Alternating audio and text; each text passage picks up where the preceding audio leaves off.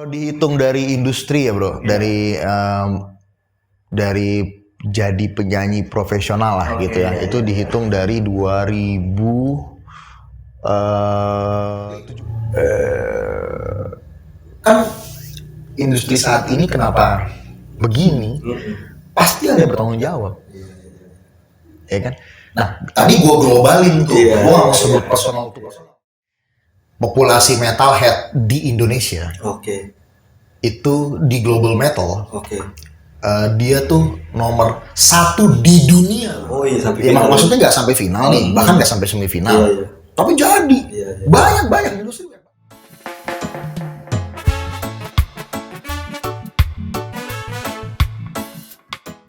Yo, welcome back to Nahwe Channel. Seperti biasa gue selalu bersama orang-orang keren ya.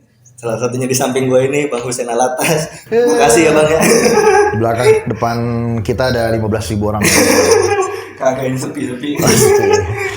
Makasih Bang ya udah nyempetin waktunya Bang ya. Sama-sama brother. Nah ini gue kali ini pengen ngulik tentang perjalanan Bang Hussein dari awal sampai dia bisa menjadi juara, salah satu juara ya Bang ya. Juara di Indonesian Idol, juara 2 di Indonesian Idol. Gimana perjalanannya? Nah ini gue bakal kulik. Bang sebelumnya gue mau nanyain kabar Bang, sehat ya Bang? Alhamdulillah lo sehat ya? Sehat. Sekarang lagi ada sibuk apa Bang? Bisnis apa nih sekarang selama PPKM ini? Bisnis saat ini sih lagi nggak ada sih. Kemarin gue sempat bisnis waktu pas Idul Adha aja. Jualan kambing, sapi, domba. Tahun sebelumnya ya Bang? Yoi, itu rutinitas tiap kurban ya, tiap lebaran haji. Gitu sih. Bang, gue pengen tahu dong perjalanan lu sebelum lu masuk Indonesian Idol nih. Perjalanan lu di industri musik itu mulainya dari mana sih Bang sebelumnya? Dari umur berapa dan kenapa memilih musik metal? Lu dari sebelum masuk Idol udah metal kan ya? Udah metal. Nah, kenapa memilih metal dan bagaimana memulai perjalanan di industri musik metal? Jadi gue dangdut itu kalau dihitung dari industri ya bro, dari jadi penyanyi profesional lah gitu ya, itu dihitung dari 2007. Profesional yang konteksnya gimana nih Bang? Gue manggung dibayar, gitu kan, terus bikin video klip yang proper, bikin recording yang proper, yang memang ada angka kontraknya dan seterusnya di sebuah major label gitu ya. Itu tuh dimulai 2007. Nah kalau nyanyi aja sih, ngeband aja sih. Dari SMP gue udah. Memang udah hobi ngeband ya Bang? Iya. Dari awal udah jadi vokalis? Tadinya pesulap.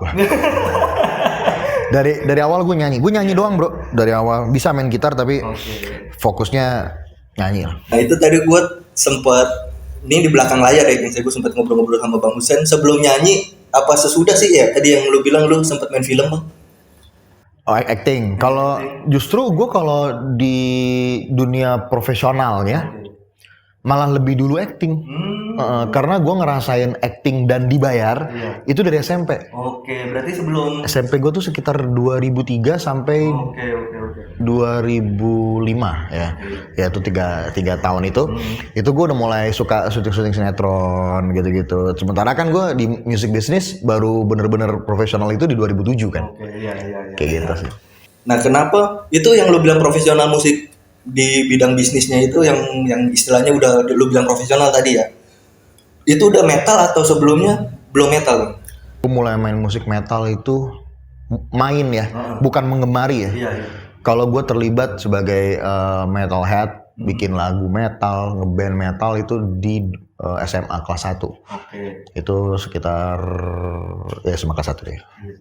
Apa nama bandnya Bang? Masih inget gak? SMA kelas 1 gue tuh 2016 kemarin. Jadi ketahuan umur gue dari tadi, kampret. Lu percaya ini 2016 ya? Kelihatan look gue kan. Gue aja manggil Bang ya kan. Jadi gue gitu sih, gue pertama kali main musik metal tuh SMA kelas 1. Tapi baru ngeband metal lah. Gitu. Nggak jelas juga sebenarnya metal apaan sih, kegawakan aja gitu. Nah, gue benar-benar terlibat di skena itu, di metal scene itu di 2009. Iya, bikin band metal sendiri 2010, Children of Gaza. Nah, berarti kan 2007 ini bukan metal berarti yang lo bilang di industri musik yang konteksnya bisnis itu. Bukan metal kan? Iya, bukan. Waktu itu 2007 itu Pak Lok Zelebur, seorang produser legend rock Indonesia. Dia bikin satu project bro namanya Lok Guns. Oke, Lok Guns. Iya, tadi lu sempat cerita-cerita sedikit. Lok Guns itu sebenarnya lebih ke rock sih. Pop rock lah. Iya. Ya. Tapi rocknya rock banget, popnya pop banget. Oke. Gitu. Rocknya tuh ada distorsi yang kencang gitu. Oke. Popnya sampai romantis banget pokoknya. Jadi kayak pop banget sampai rock banget. Gue sih dulu suka sebutnya rockmantic. Iya. Kayak gitu, Lok Guns. Nggak metal. Iya. Nggak metal.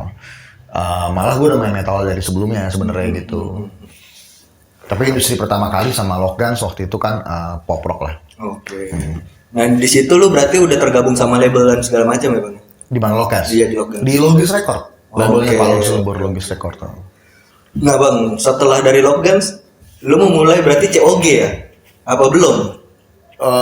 Lok Guns itu dari 2007 produksi ya, dari dihitung dari praproduksi ya. Iya. Produksi sampai dari produksi sampai rilis sampai tour segala macam, video klip. Waktu itu kami bikin album pertama ada 13 track kalau nggak salah, Oke. 10-nya video klip waktu itu. Oke.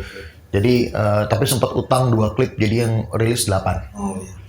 Nah itu dihitung perjalanan Lok Guns dari 2007 sampai 2010, gue mundur 2010 Agustus. Oke. Mundurnya gue. Iya. Gue bikin Children of Gaza-nya 2010 Januari. Oke.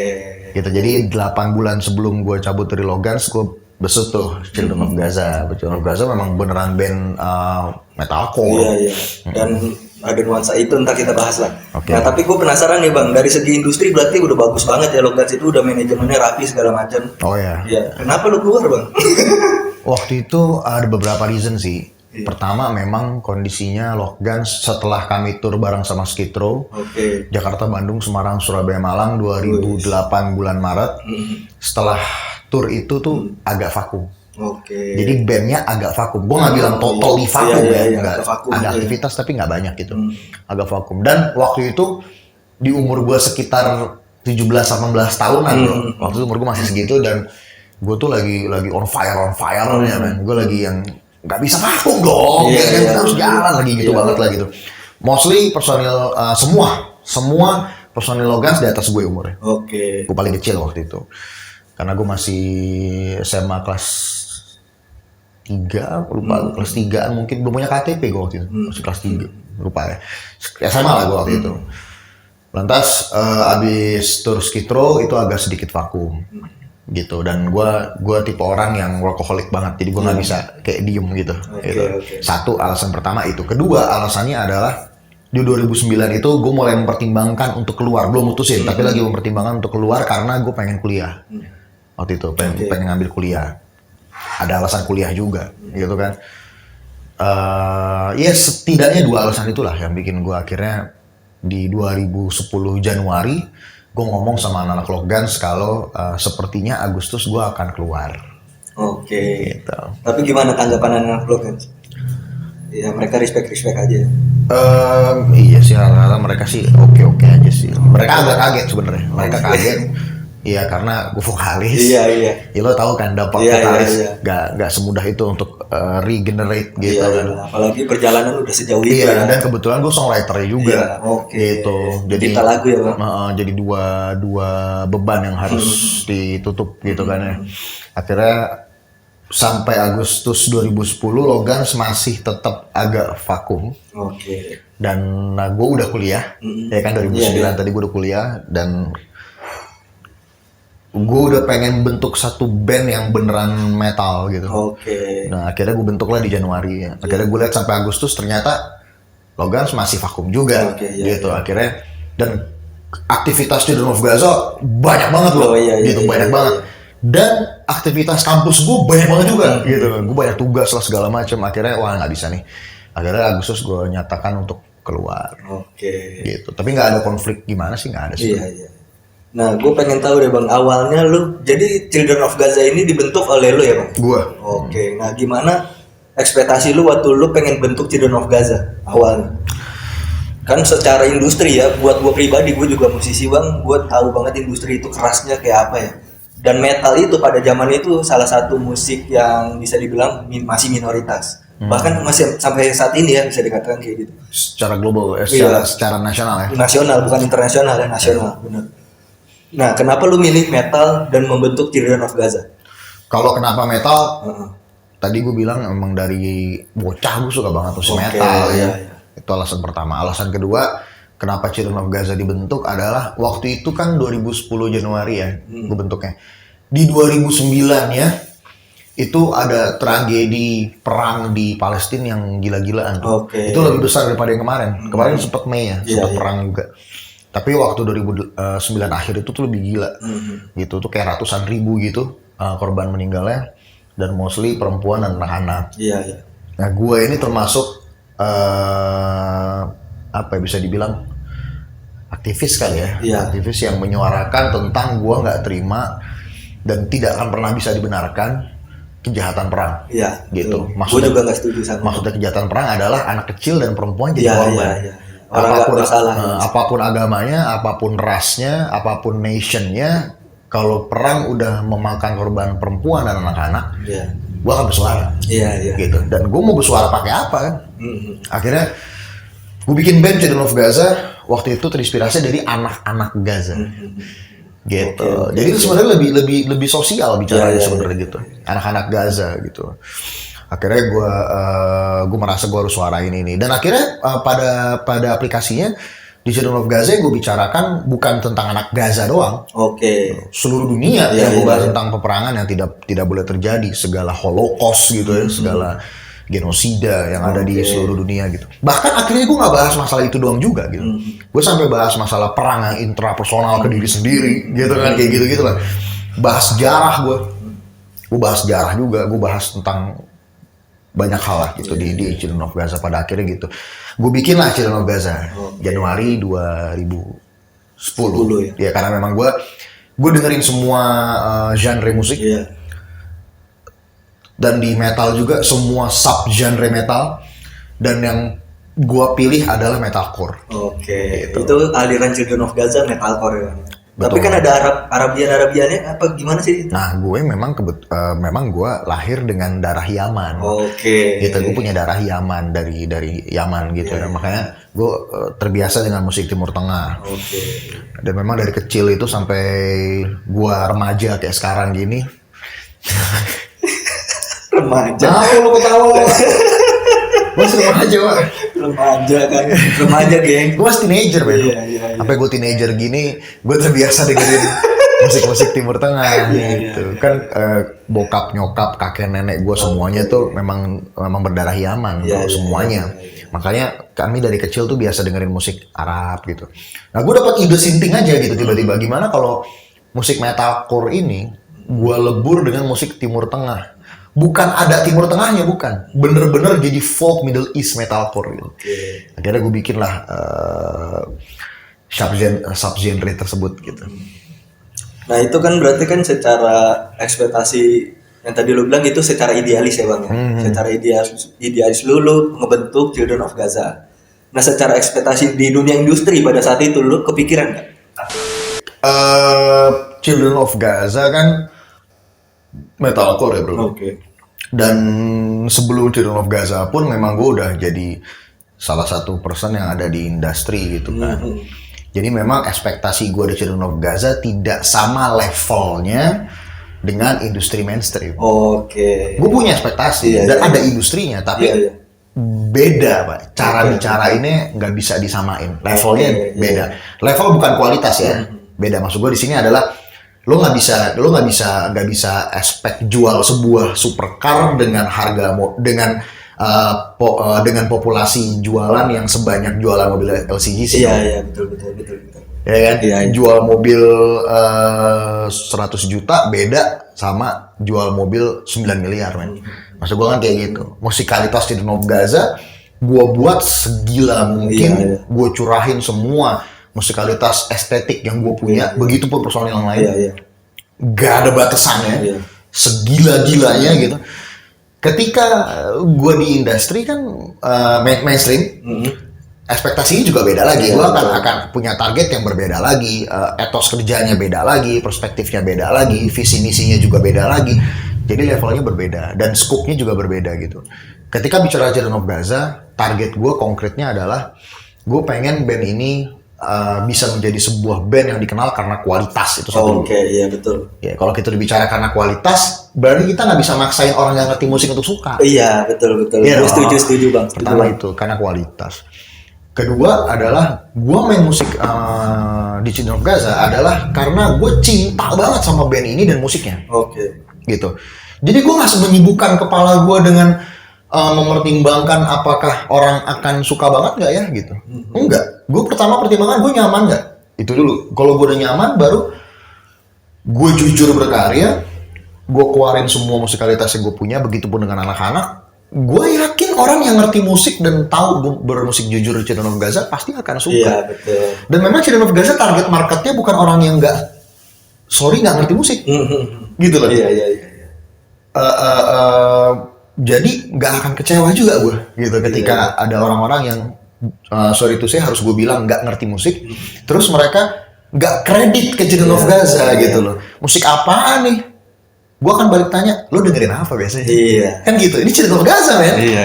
Ini maksud gue, ini Children of Gaza, gitu loh.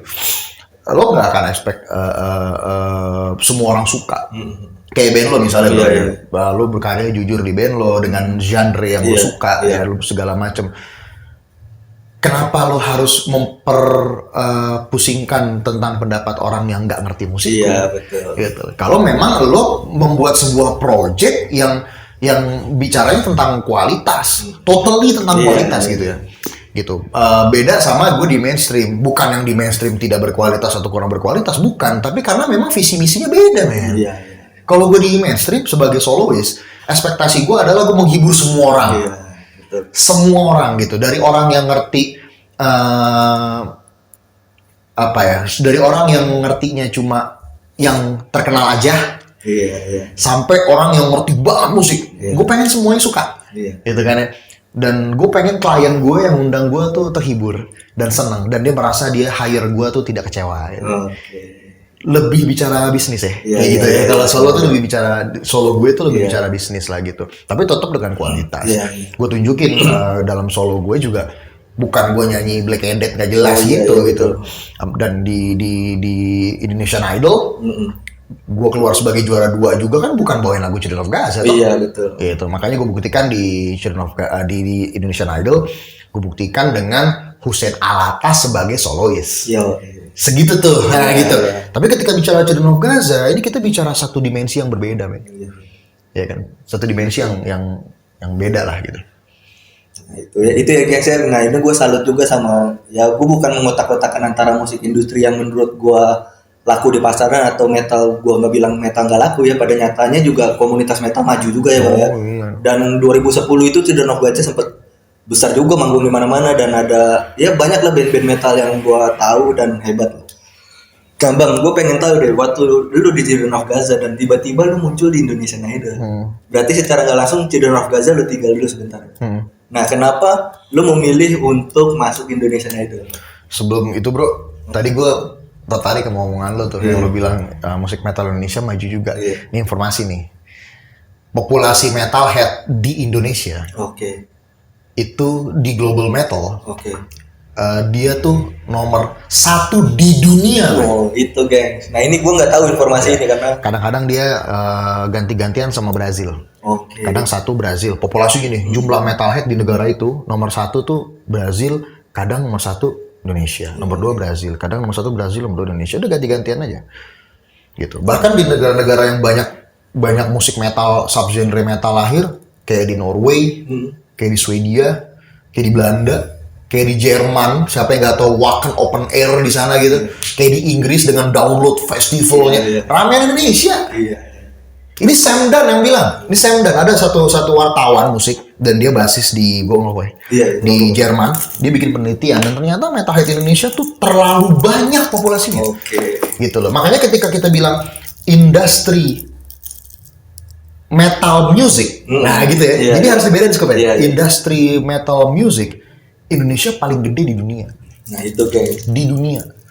Memang gini, perputaran uangnya industri metal Indonesia belum sama kayak perputaran uang di industri metal Amerika. Iya, gitu. itu dia. Tapi populasinya gedean di Iya, Indonesia. Kita punya banyak festival. Iya, betul. Nah, itu dia pada intinya ya Bang, saya kalau kita berkarya jujur ya Bang, idealis pun bisa jadi sesuatu ya Bang. Bukan berarti kita gue kalau main metal nih kayaknya berat lah, nanti gue mau arahnya kemana bla bla bla bla yang mikirnya terlalu jauh. Dan pada nyatanya tuh kata Bang Hussein bilang, industri metal di Indonesia, industri metal music di Indonesia itu bisa dikatakan salah satu yang terbaik di dunia ya Bang. Terbanyak populasinya. Itu Lagi guys. pula bro, kalau misalkan gua nggak bikin satu project yang itu sesuai dengan idealisme gua banget, gua sendiri, ntar jadinya nggak ngacak-ngacak industri mainstream gua nggak sih? Nah iya betul. Iya kan? Iya. Gue nggak bisa scream growl di industri mainstream nih misalkan untuk saat ini ya.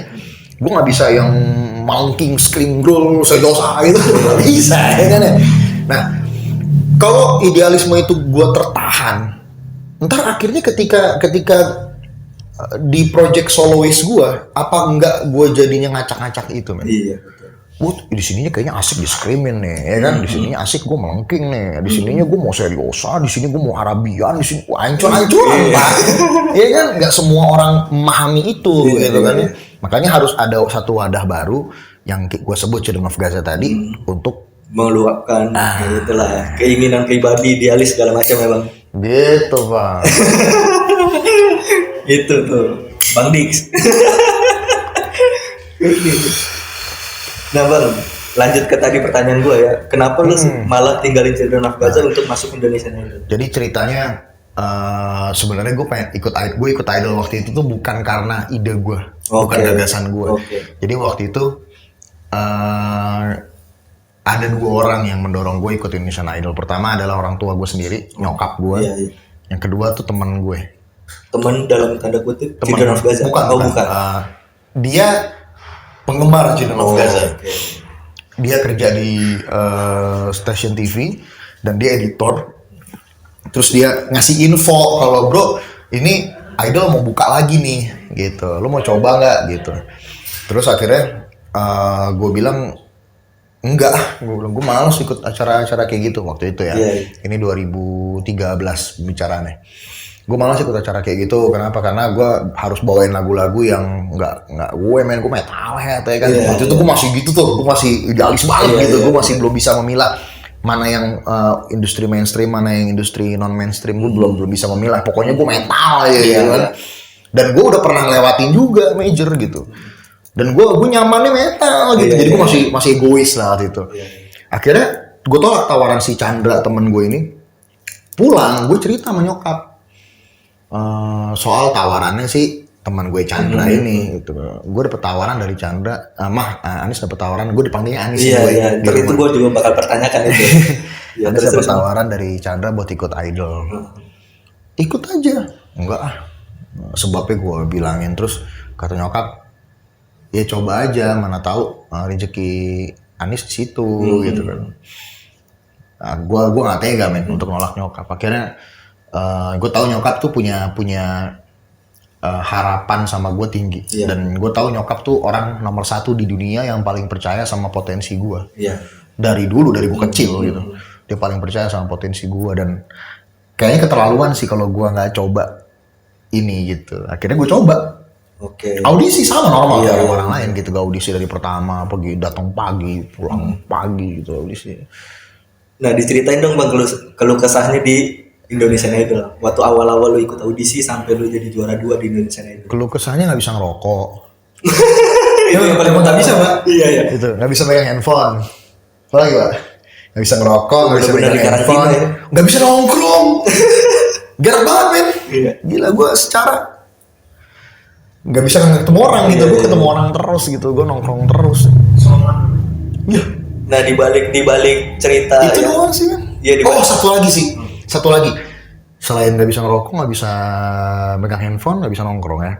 Satu lagi, gua adalah penyanyi yang mulai dari bawain lagu sendiri terus. Oke. gitu. Termasuk Lockguns. Kan gue bilang tadi, gue belum punya KTP aja udah di industri musik gitu loh. Bikin lagu sendiri, launching, tour, satu titik bawa 12 lagu, 13 lagu, semuanya lagu sendiri. Dan gue gak terbiasa ngulik lagu orang. Oke. Children of Gaza, lagu sendiri juga gitu kan ya. Terus akhirnya di Idol itu kan gue mau gak mau ngulik lagu orang ya. Disitulah kelemotan gue terjadi. Karena gue gak terbiasa Nah, ngafalin. ini gue penasaran bang. Jadi gue kan sempet, lu mungkin kenal juga ya Benny Tokot. Benny Tokot Kenal. saat ini gitarin gue. Oke. Iya, akustik. Oh iya. Nah, Dan dia juga dia nemenin perjalanan gue juga dari sebelum Idol sampai Idol sampai sekarang. Nah, gue kemarin sempat podcast sama dia juga, sempat ngobrol sama dia tentang perjalanan dia di Rising Star kan, kepahitannya kayak gimana di nye sama juri lah segala macam. Nah, lu sempat ngelewatin kayak gitu gak sih bang? Pertama kali ini audisi, mungkin kan juri kan menilai lu, oh iya keren, bla bla bla. Tapi di balik layarnya, lu sempet dikata-katain gak? Kayak Gue nggak ngalamin itu sih sama sekali sampai akhirnya. Cuma kritik ada, kalau kritik ada. Di nye mah enggak, nye itu kan konotasinya lebih ke gitu ya. Enggak sih, gue nggak ngalamin itu. Cuma gue dapat kritik aja, dan memang harus dikritik bukan? Iya. Buat apa ada juri di situ kalau gue nggak dikritik? Ntar gue salah, gue nggak berubah, gue salah terus. Ya kan, kayak waktu itu pernah gue dikritik tentang pemilihan lagu, pernah dikritik soal artikulasi juga pernah. Mas Dhani waktu itu. Dan buat gue itu normal. Emang kalau gue di kursi Mas Dhani dan gue menjuri, masa gue suruh mantap, bagus, besok gitu doang. Gabut banget. Emang harus gitu sih. Gitu. Iya, kalau Benny kan ceritanya sama gue ada di podcast gue juga bang. Nih, ini ada 5 jari. Ini parah kalau si Benny bang. Ceritanya sama gue ini ada 5 jari. Ini lu drama lo Ben. tutup linking, tutup jempol, akhirnya begini bang jadinya. Anjir, gue bilang sampai tapi segitu itu ya. Di angkatan gue ada yang digituin tuh. Iya, pernah. Gue masih cerita ya, iya, siapa iya, orangnya. iya. Di angkatan gue ada yang digituin tuh. Dia tahu. Di angkatan gue ada yang digituin, dia bukan gue, adalah. Berarti memang sekeras itu ya di balik layar ya bang. Iya, Benny itu deket banget sama gue. Dan Benny udah kayak adik gue juga lah. Dan Benny itu waktu dia di acara itu, gue datang bro. Oke. Itu gue datang, gue support, gue di shoot kamera juga, ditanya juga gue sama Boy. Iya. Usen kok kemari? Gue bilang iya gue support adik gue Benny Top Hot gitu. Gue support dan buat gue sih sebenarnya semua kritik-kritik itu jadiin kritik membangun aja lah. Nggak usah dibawa perasaan gitu, buat ini aja sih, buat mawas diri aja. Karena musikalitas buat gua, musik itu bukan pencak silat men. Iya. Ya sih. Jadi nggak bisa. Konotasinya gimana tuh bang, pencak silat? Musik bukan buat ditanding-tandingin. Oke. Ya betul setuju. Gitu. Ajang Indonesian Idol kan bukan nandingin musik. Iya. Ajang Indonesian Idol itu mempertandingkan mana di antara para kontestan ini yang punya karakteristik seorang idola. Oke. Iya sih, namanya Indonesia Idol, ya kan? Bukan nandingin musik. Iya. Jadi buat gua, Noella itu punya keindahannya sendiri gitu loh. Firza punya keindahannya sendiri, Yuka punya keindahannya sendiri. Semua begitu. Termasuk Benny Tokot dan teman-teman di Rising Star gitu. Jadi kalau misalkan, tapi yang itu 10 besar keluar, ya mungkin kebetulan estetiknya dia bukan selera orang kebanyakan. Oke. Estetik aja artinya nilai keindahan, berarti dia punya keindahan dia sendiri. Gak sedikit bro, orang ikut idol atau ikut ajang kayak idol, gak masuk 3 besar, jadi sekarang. Oke. Bener? Iya. Banyak, bukan banyak ya kan? Salah satunya Giselle mungkin yang ngetop ya. Giselle kan sampai final. Iya. Oh iya sampai final. Maksudnya nggak sampai final nih, bahkan nggak sampai semifinal. Iya. Tapi jadi banyak industri banyak banget.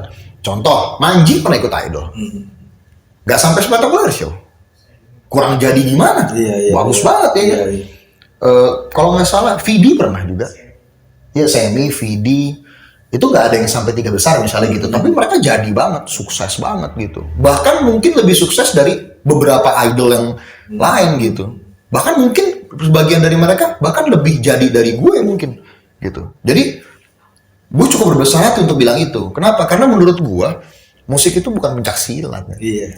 Itu estetik, ya nggak sih? Gitu. Pada akhirnya yang membuktikan itu adalah sebuah karya ya bang ya. Karya, ketika karya itu naik, ya orang bisa jadi. Pada akhirnya membuktikan itu adalah follower dan subscriber. Bukan karya bro. Kalau dulu ya. Kalau sekarang yang membuktikan subscriber dan follower. Dan itu pisau dua mata tuh. Kalau dibilang sekarang, kalau gue boleh jujur, ada kok orang yang menyebut dirinya penyanyi yang sorry itu saya gue nggak sebut namanya siapa, jelek banget, jelek banget, pakai banget ya, jelek banget, subscribernya banyak banget. Lo punya karya bagus, dia enggak, yang undang dia apa lo? Dia yang diundang. Iya. Hari ini parameternya celakanya begitu. Celakanya begitu, parameternya follower, ya kan? Exposure-nya di situ tuh, follower, subscriber sama viral-viral. Kalau zaman Nicardila kan enggak. Kualitas. Lo lihat men, musisi zaman God Bless, mana ada yang biasa aja musikalitasnya. Musisi zaman Dewa 19, Slang, ya apalagi BIP, wah gila semua pak. Gigi, Padi, Sound Seven, gila semua. Gue ngefansnya sama Padi, oh kalau gue ngefansnya sama Sound Seven, so what, keren semua gitu. Iya kan? Kalau sekarang, ini kritik gue juga sih ke industri sih. Ya coba komentar lu gimana pak? Dan bukan cuma buat para pelaku industrinya, tapi buat masyarakat juga gitu loh. Indonesia ini salah satu jagoannya melahirkan musisi-musisi hebat. Dari dulu tuh, Macan Asia, ya. Salah satu gacoannya melahirkan musisi-musisi hebat. Tapi kalau nilai apresiasi kalian dinilai dengan jumlah follower dan subscriber dan gimmick-gimmickan, itu akan merusak ekosistem yang ada di industri. Begitupun para pelaku industri belakang layarnya, gitu. Begitupun medianya, bro. Ini correlate semua nih, medianya, pelakunya, maksudnya penyanyinya atau talentnya, orang-orang pendukung talent di belakang layarnya, mau itu produsernya, mau itu songwriter semua, dan medianya. Lo percaya nggak? Kalau tiba-tiba yang dua tadi nih, si orang belakang layar, pelaku industrinya ya, dan si medianya ini stop memproduksi musisi yang kurang berkualitas dan mulai mengalihkan perhatiannya kepada anak-anak bangsa yang betul-betul berkualitas dan layak untuk diekspos, ini industri sehat lagi kayak dulu. Iya betul. Tapi masalahnya mau nggak kehilangan duit sekian puluh miliar? Kan gitu ya kan? Aduh, gue gak bisa ngomong banyak deh bang soal itu ya. Ngomong banyak aja, gak ada masalah. Emang bener kan?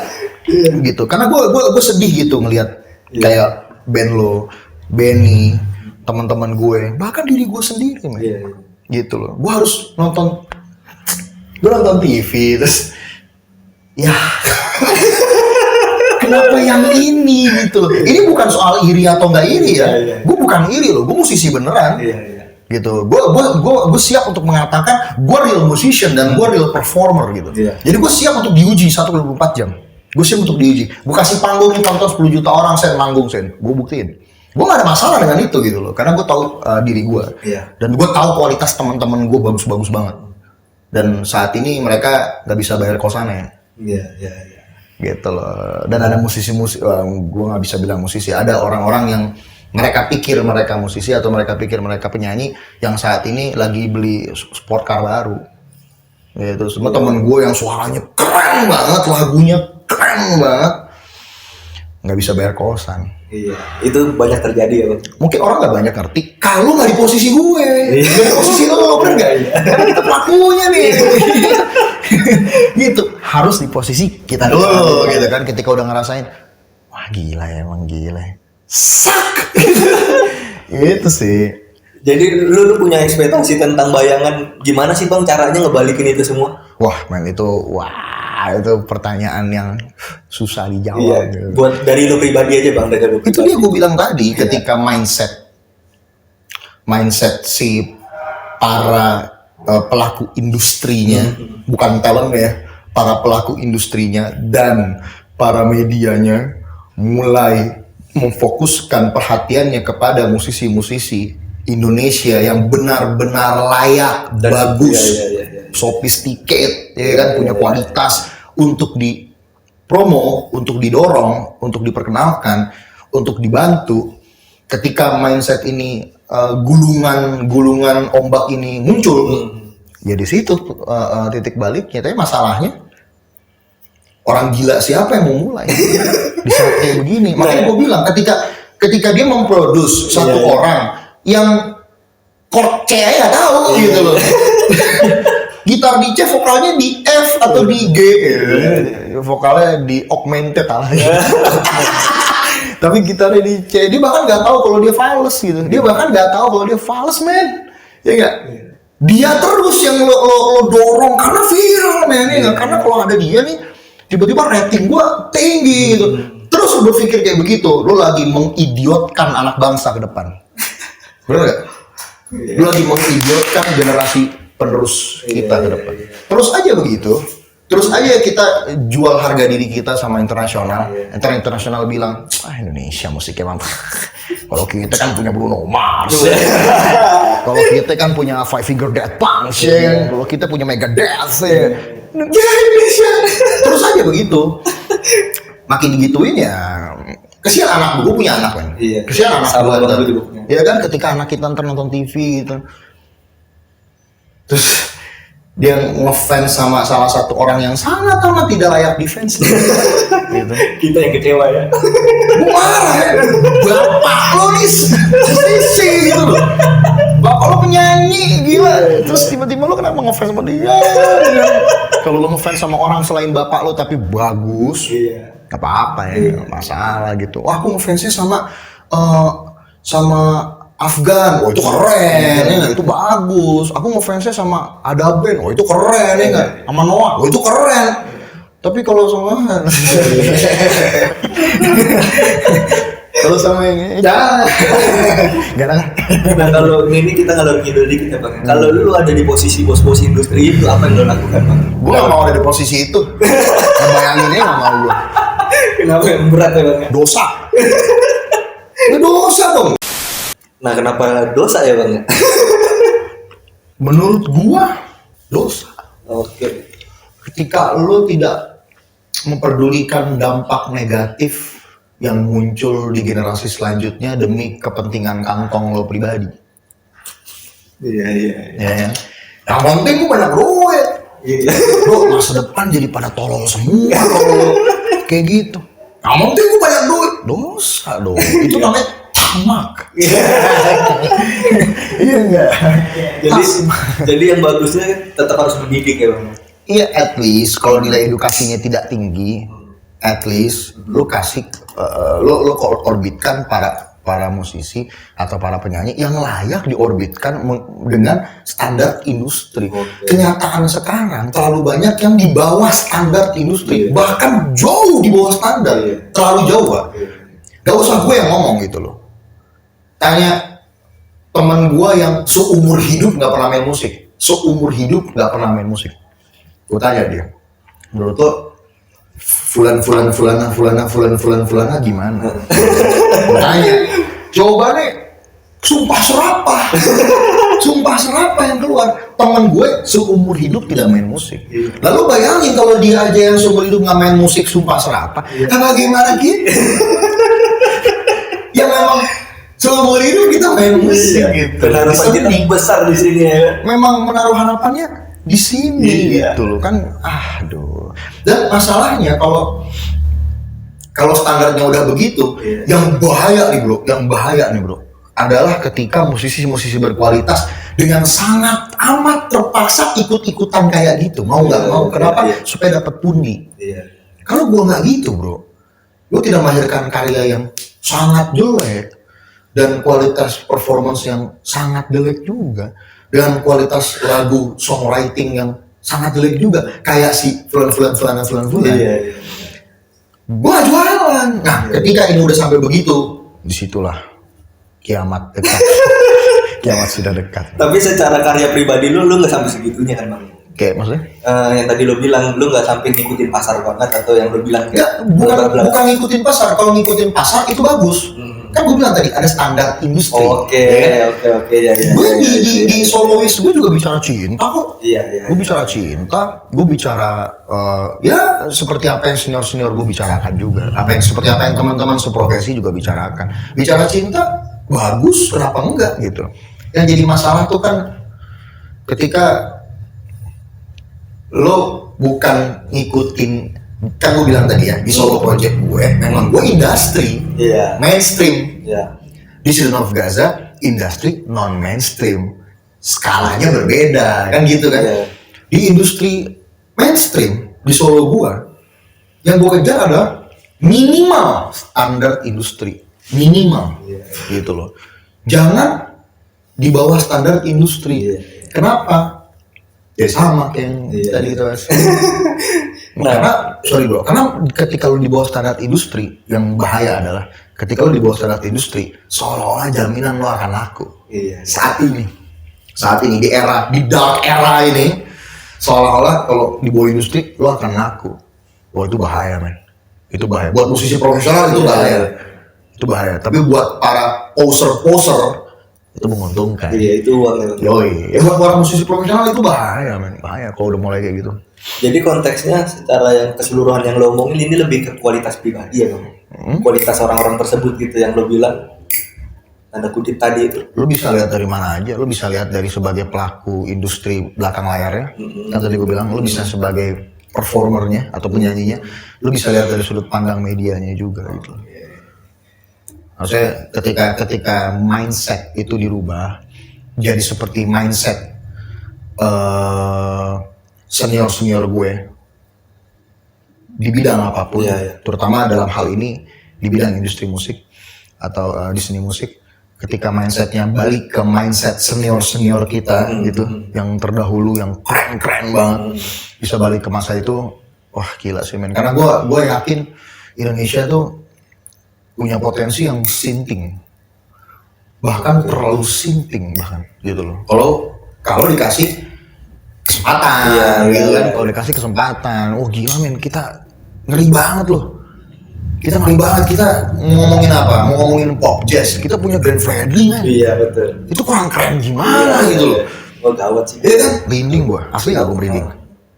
Ketika kita ngomongin soal metal, kita punya Burger Kill, kita punya Death Squad, punya COG. Ketika kita ngomongin reggae, kita punya Om Tony, ya kan? Yang mendiang yang udah kita Bang Steven, ya. Banyak banget men gitu. Di semua genre kita punya hero-hero yang gila gitu loh. Dan akhirnya gue harus dengan sangat amat terpaksa gitu melihat sebagian dari senior gue atau seangkatan gue yang keren banget ini ditonton cuma sedikit dan diminati cuma sedikit, dan yang banyak diminati dan ditonton banyak adalah yang nggak bagus karena lagi viral, karena dipersilahkan gitu ya. Nah ini menarik nih Bang, gini loh maksud gue, kan tadi lo bilang kalau mengejar pasar itu dan dapat pasarannya itu bagus ya. Dan secara nggak langsung mereka yang lo bilang ini kan dapat pasarannya gimana itu. Yang tadi lo bilang tanda kutip begitulah, kan industri itu kan nggak tiba-tiba nongol Pak. Emang ada kita lagi nongkrong tiba-tiba psychedelic kan nggak gitu kan, nggak tiba-tiba K-pop, tiba-tiba brutal death metal itu kan nggak tiba-tiba. Semua tuh ada ceritanya. Ada yang muncul karena kebosanan, ada yang muncul karena potensi bisnis, ada yang muncul banyak hal gitu, aspeknya banyak sebabnya. Tapi kan industri saat ini kenapa begini, pasti ada yang bertanggung jawab, ya kan? Nah, tadi gue globalin tuh, gue gak mau sebut personal to personal, gue globalin tuh, yang paling bertanggung jawab adalah dua tadi, itu ketika para pelaku industri yang di belakang penyanyinya ya, baik itu para produsernya atau para songwriternya atau sekitar mereka, pemodalnya, juga didukung sama media-media yang mendukung ini. Nah itu kan yang membuat industri sekarang jadi begini gitu loh. Nah itu yang satu, itu kata Bang Hussein. Nanti Bang, gue pengen tanya lagi nih Bang, ada salah satu musisi yang kemarin viral tentang ingin menutup industri musik di Indonesia karena bla bla bla bla bla bla. Sempat baca gak? Oh, bukan ingin menutup. Apa sih? Karena dia berharap Oh iya industri musik ditutup. Iya. Karena sebab maksiat. Iya. Gua baca. Gimana pendapat lu? Pendapat gue sih gini bro, gampangnya gini. Kalau menurut gue ya, menurut pandangan gue ya, atas apa yang gue pahami. Iya. Musik itu seperti alat. Oke. Dia tidak ada ubahnya dengan alat. Kalau dia digunakan untuk hal yang baik, maka dampaknya baik. Kalau digunakan untuk hal yang buruk, maka dampaknya buruk. Kalau caranya baik, maka jadinya baik. Kalau caranya buruk, jadinya buruk. Dalam konteks maksiat, berarti bicaranya agama. Iya. Terminologi dalam Islam. Bicara tentang maksiat, berarti harus dilihat dulu unsur maksiatnya apa. Oke. Kan gitu kan? Iya. Menurut gue nih, kalau misalkan dilihat lagu-lagunya Mas Opik, apa maksiatnya? Iya. Gitu loh. Detik waktu terus berjalan, preman nangis dengan lagunya kan, tapi ambil wudhu sholat, apa maksiatnya gitu loh. Almarhum Uje, ya Nabi Sallu alaih, apa buruknya gitu. Tergantung Mbak. Kalau menurut gue tergantung. Musik bisa jadi alat maksiat nggak? Bisa. Bisa dong. Lo main musik sekitar lo pada striptis teranjang ya maksiat. Ya, masih itu benar maksiat harus dikatakan gitu, karena hak bihak batil bil batil. Ya, ketika lu main musiknya sambil minum miras, ya itu maksiat. Tapi ketika unsur maksiatnya ditiadakan, musik ini berdiri sendiri, Pak. Maka hukum musik apa? Gitu kan? Gue pernah jawab sebenarnya, gue pernah bahas. Hukum musik, ketika dia berdiri sendiri tidak bercampur dengan unsur maksiat, musik itu hukumnya mubah dalam Islam, dalam fikih Islam disebutnya mubah. Mubah itu maksudnya boleh. Bukan sebaiknya, bukan sunnah. Boleh. Mubah tuh boleh. Kayak gue minum pakai gelas ini, atau gue minum pakai gelas yang lebih gede. Hukumnya mengubah. Gue mau pakai gelas ini boleh, pakai gelas yang gede boleh, gelas dari tanah liat boleh, dari kendi boleh. Itu hukumnya mubah. Mubah berarti kan bisa dikatakan itu nggak ada hukumnya malah ya Bang? Ada hukumnya mubah. Hukumnya gitu. boleh. Boleh ya? Boleh gitu. Segala macam apapun itu boleh. Ya gampangnya gue kasih penjelasan sedikit aja biar gampang ngerti apa itu mubah. Kalau misalkan sunnah itu sangat amat dianjurkan. Sangat amat dianjurkan. Tapi kalau tidak dilakukan tidak dosa. Kalau wajib harus. Kalau nggak dilakukan dosa. Kalau haram harus ditinggalkan. Kalau dilakukan dosa. Kalau makruh sebaiknya jangan dilakukan. Karena ini menjurus ke arah haram. Ada di tengah tuh Dok, yang di tengah namanya mubah tuh. Ini gampang aja ya. Nah yang mubah di tengah ini boleh. Mandi pakai shower apa pakai gayung? Misalnya kayak gitu-gitu lah ya. Atau langsung ember kan? Shower bukan shower atau gayung. Shower itu hukumnya apa? Hukumnya mubah. Mandi di laut sama mandi di sungai. Mubah. Gampangnya gitu deh. Gampangnya gitu. Nah musik itu mubah kalau dia tidak ada unsur maksiatnya. Contoh, minuman keras, apapun namanya. Minuman keras yang bikin dia jadi haram itu kan unsur hammernya, unsur mirasnya. Unsur kerasnya. Sekarang gue tanya, bahan dasar miras itu apa? Air. Kalau air berdiri sendiri hukumnya apa? Masa maksiat yang air? Kan enggak. Dia jadi haram karena di dalamnya mengandung unsur yang memabukkan. Nah sekarang kalau gue balik, gue minum air banyak, air sampai mabuk, hukumnya apa? Haram juga. Memandang agama tuh begitu. Jadi maksud gue, pandangan gue ya, nggak boleh kita tuh mudah mengharamkan, mudah membid'ahkan, mudah mengkafirkan, mudah menghukumi orang.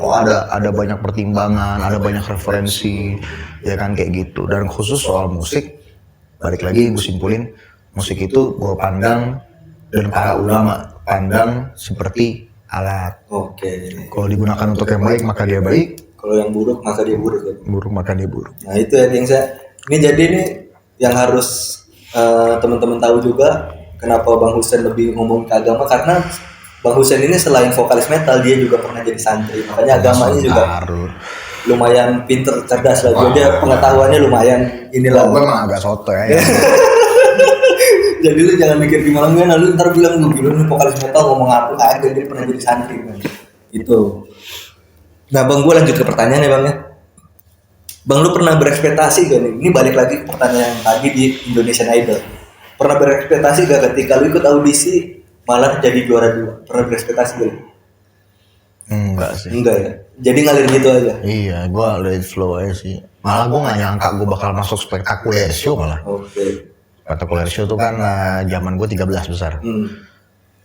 Dari sekian ratus ribu peserta se-Indonesia, 16 provinsi. Gue tuh kayak setiap itu kan fasenya panjang banget loh. Sorry. Ketika audisi Golden Ticket, sebelum audisi Golden Ticket aja udah ada sekitar 3 audisi dulu. Iya.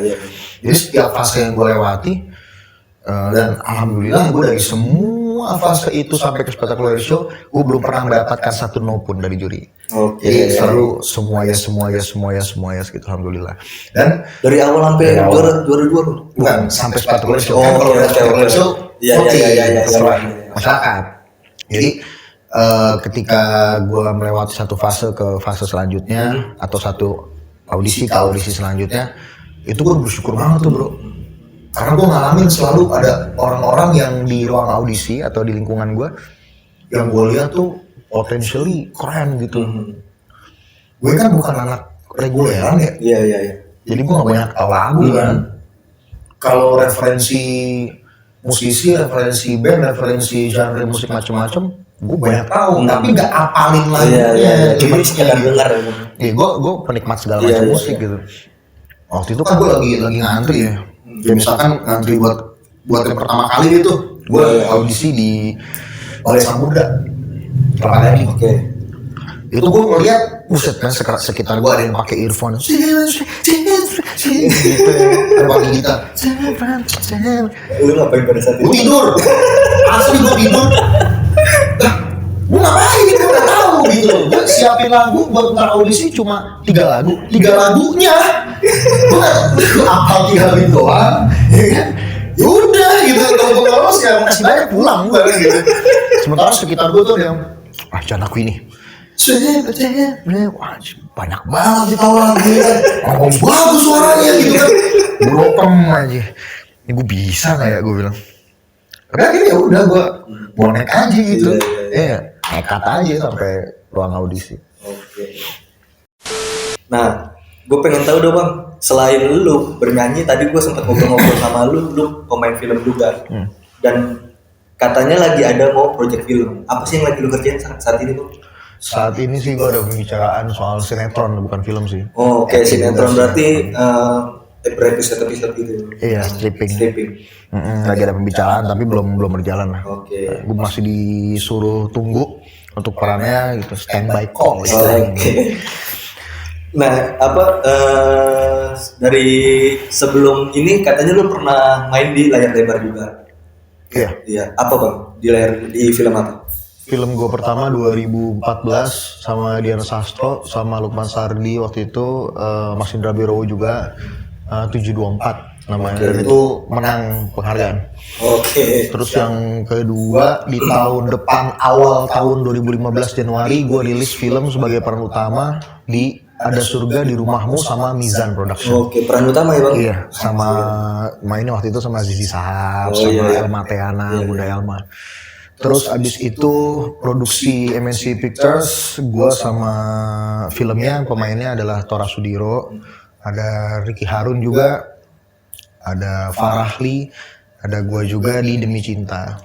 Itu selain 3 film itu semuanya sinetron. Iya. Sinetron beda-beda judul. Oke. Nah ini bang, lu kan sebagai vokalis kan menurut gue pribadi, lu salah satu vokalis yang keren banget ya.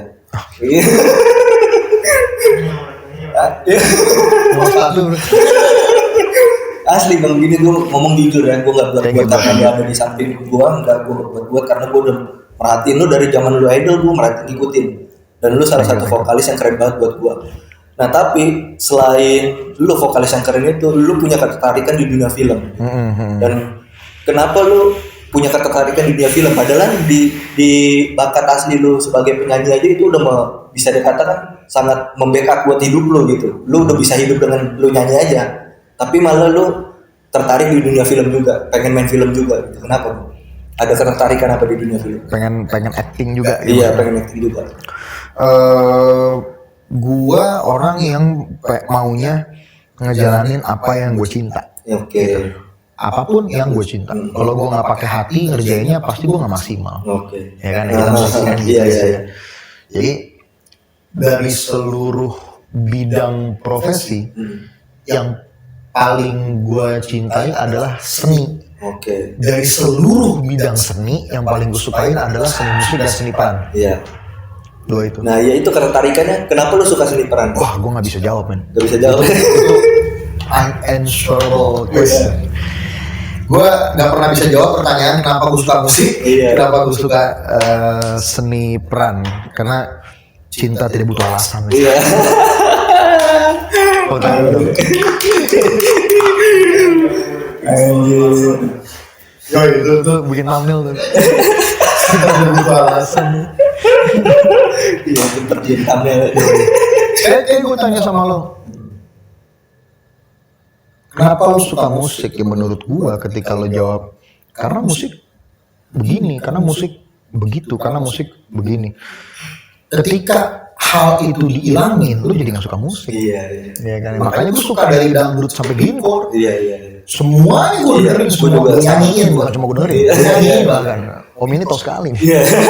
Gue nyanyi dari lagu dangdut sampai pop, sampai rock, sampai blues, sampai metal, sampai gambus, sampai sholawatan, semua gitu gue nyanyiin semua. Makanya gue suka. Iya. Gak suka gak bakal gue nyanyiin. Iya. Gitu. Iya bener sih Bang, gue setuju sama lu. Karena kalau gue pribadi pun ditanya lu kenapa suka musik, gue bingung jawabnya. Iya kan? Kayak begini sih. Lu kenapa cinta sama anak lu? Iya. Kenapa cinta sama anak gue? Ya anak gue. Iya. Kenapa? Dari tahu gue. Iya. Iya bener. Musik men, kayak lu gak perlu alasan sih. Menurut gue Iya. Memang lo menikmati gitu. Lo kenapa lebih suka ayam sambal hijau daripada ayam pop coba? Iya, bingung jawabnya. Karena sambal hijau Enak, gua enak. Kita juga kan. Tapi pas ini dicobain di lidah orang, gua enakan ayam pop. Ya buat gue enakan ini. Iya. Seni men, estetik. Gimana jelasin? Ya itulah. Nah Bang, ini gue pengen nanya lagi nih Bang.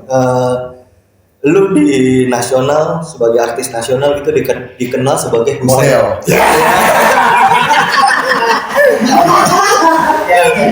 Model kepo.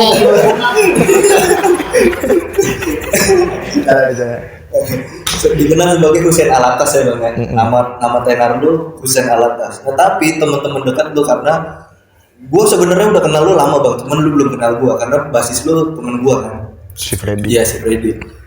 Nah, gue tahu nama lu itu Anis. Ya, dari zaman dulu Anis disebutnya sebelum lu jadi juara Indonesian Idol.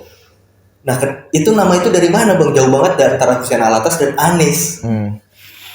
Nama asli gue Hussein Alatas. Iya, asli itu. Nah, Anis ini tercipta dari mana? Panggilan nyokap sama nenek gue almarhumah dari gue balita, bayi dari gue bayi. Jadi itu panggilan kecil lah, panggilan sayangan lah gitu. Gue dipanggil Anis. Kalau bahasa Arabnya kan perempuannya Anissa. Oke. Gitu. Jadi gue panggilannya Anis. Nama aslinya justru Hussein Alatas. Jadi biasanya orang-orang yang kenal gue dari zaman dulu bahla gitu biasanya manggil gue Anis biasanya. Karena dia kenal dari panggilan rumah gue. Iya. Gitu. Nah, lu tahu gak Bang alasannya kenapa?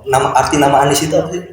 Kalau nggak salah ya, ada dua dah yang di antara dua nih, gue nggak tahu yang mana yang salah. Kalau bukan baik, pinter. Oke. Baik kali ya. Iya, anak manis. Anak manis. Udah itu ya. Ini gue lanjut pertanyaan lagi nih Bang. Karena ini dari tadi jawabannya gak ada yang bisa dibedah lagi ya kan. Kita next. Nah, langkah terdekat lu dalam waktu dekat ini lu pengen ngapain? Kalau PPKM belum selesai, dari musik dulu musik. musik ya. Kalau musik sih palingan kalau ada manggung-manggung virtual gitu-gitu sih. Kalau PPKM udah selesai sih gue pengen rilis lagu bro. Oke, pengen berkarya lagi. Udah jadi banyak lagu gue, cuma gue pengen rilis juga bingung ya. Gue mau visit radio susah, namanya lagi PPKM di mana-mana. Sebelumnya PSBB kan banyak lah istilah-istilah yang dipakai dan kita nggak bisa terlalu leluasa buat promo dan untuk ya menyokong karya kita. Iya. Makanya kurang worth it aja menurut gue kalau rilis saat ini sih menurut gue ya. Gue rasa banyak musisi yang begitu mungkin sekarang, banyak yang udah nyiapin materi cuma gue kalau ini ada lagu gue album Bang cuman gak gue rilis. lagi susah emang situasinya. Nah ini gue pengen tanya, ini album solo lo atau mungkin single atau album solo atau single di COK atau album di solo. Kalau Children of Gaza malah produktif banget selama pandemi. Kemarin Children of Gaza habis rilis album. Album digital. Terus sebelumnya rilis single dan video klip di tengah pandemi semua itu. Gitu. Justru Children of Gaza karena memang tidak biasanya tidak membutuhkan promo yang semasif promo di industri mainstream. Kita lebih mudah karena memang ujung-ujungnya kan kalau di metal untuk saat ini gigs nggak bisa. Jadi paling kan media digital, YouTube, Instagram, dan DSP itulah gitu ya. Makanya bisa tuh Children of Gaza dirilis kemarin gitu. Bikin video klip ya di YouTube juga. Ya kan? Berarti yang lagi produktif banget saat ini adalah Children of Gaza ya? Sementara ini Children of Gaza banyak banget plan gue buat solo gue sebenarnya. Cuma ya itulah. Nah bang, gue lanjut ke pertanyaan terakhir. Ini gue selalu menanyakan ini ke narasumber gue.